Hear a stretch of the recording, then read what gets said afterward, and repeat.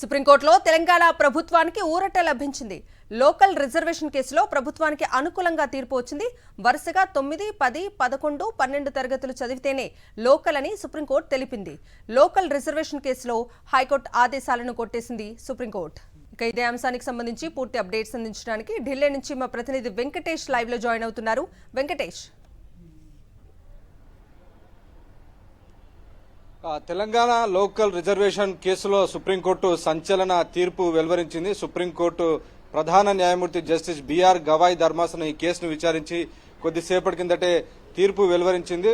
తెలంగాణలో వరుసగా 9, 10, 11, 12 ఈ 4 తరగతులు చదివితేనే వారు ఎంబీబీఎస్ కు సంబంధించినటువంటి సీట్లలో వాళ్లకు లోకల్ రిజర్వేషన్ వర్తిస్తుందని, ఎంబీబీఎస్ తో పాటు యూజీ, బీడీఎస్ ఇలా వీటికి సంబంధించినటువంటి అన్ని కోర్సుల్లో లోకల్ రిజర్వేషన్ వర్తిస్తుంది తప్ప అంతకంటే తక్కువ ఉంటే వర్తించదని ఈరోజు సుప్రీంకోర్టు స్పష్టం చేసింది. ఈ మేరకు తెలంగాణ ప్రభుత్వం గతంలో రూపొందించినటువంటి జీవో నెంబర్ 33ను సుప్రీంకోర్టు సమర్థించింది. అలాగే గతంలో ఈ అంశానికి వ్యతిరేకంగా హైకోర్టు ఇచ్చినటువంటి తీర్పును కొట్టివేసింది. గతంలో హైకోర్టు జీవో నెంబర్ 33ని తప్పుపట్టింది. వరుసగా 4 ఏళ్లు ఖచ్చితంగా తెలంగాణలో ఉండాలనేటువంటి నిబంధన తప్పుపట్టడంతో దాన్ని తెలంగాణ ప్రభుత్వం సుప్రీంకోర్టులో సవాల్ చేయడంతో ఈరోజు తెలంగాణ ప్రభుత్వానికి అనుకూలంగా తీర్పు వచ్చింది. ప్రధానంగా రాష్ట్ర ప్రభుత్వం చేసినటువంటి వాదన, ఈ లోకల్ రిజర్వేషన్ వల్ల పేద విద్యార్థులకు న్యాయం జరుగుతుంది. వరుసగా 9, 11, 12 తరగతులు తెలంగాణలోనే చదివేటువంటి విద్యార్థులకు మాత్రమే వర్తిస్తుంది. కాబట్టి ఒకవేళ ఎవరైనా బయట కనుక చదివితే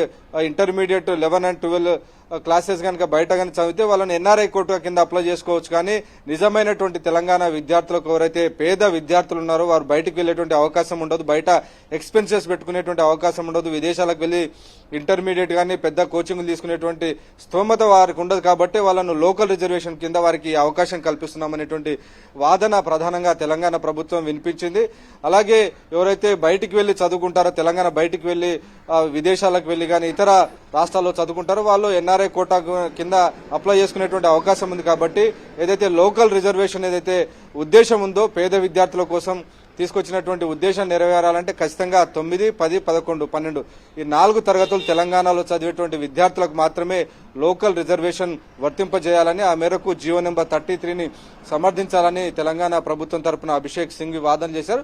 సో ఆ వాదనలన్నింటినీ ఈరోజు సుప్రీంకోర్టు సమర్థించింది. అయితే గతంలో హైకోర్టు ఇచ్చినటువంటి తీర్పు వల్ల బెనిఫిట్ పొందినటువంటి విద్యార్థుల ప్రయోజనాలను యథావిధిగా కొనసాగించాలని, ఇక నుంచి మాత్రం కేవలం 9, 10, 11, 12 చదివిన వారిని మాత్రమే లోకల్ గా పరిగణించాలని సుప్రీంకోర్టు స్పష్టమైన ఆదేశాలు ఇస్తూ విద్యార్థులు దాఖలు చేసినటువంటి పిటిషన్ను డిస్మిస్ చేసి తెలంగాణ ప్రభుత్వం దాఖలు చేసినటువంటి పిటిషన్ అలో చేస్తూ తెలంగాణ ప్రభుత్వానికి అనుకూలంగా ఈరోజు తీర్పు వెలువరించడంతో ఇక నుంచి ఎంబీబీఎస్, బీడీఎస్, యూజీ తరగతుల్లో కంప్లీట్ గా 4 years చదివి ఉంటేనే లోకల్ గా రిజర్వేషన్ వర్తించబోతోంది.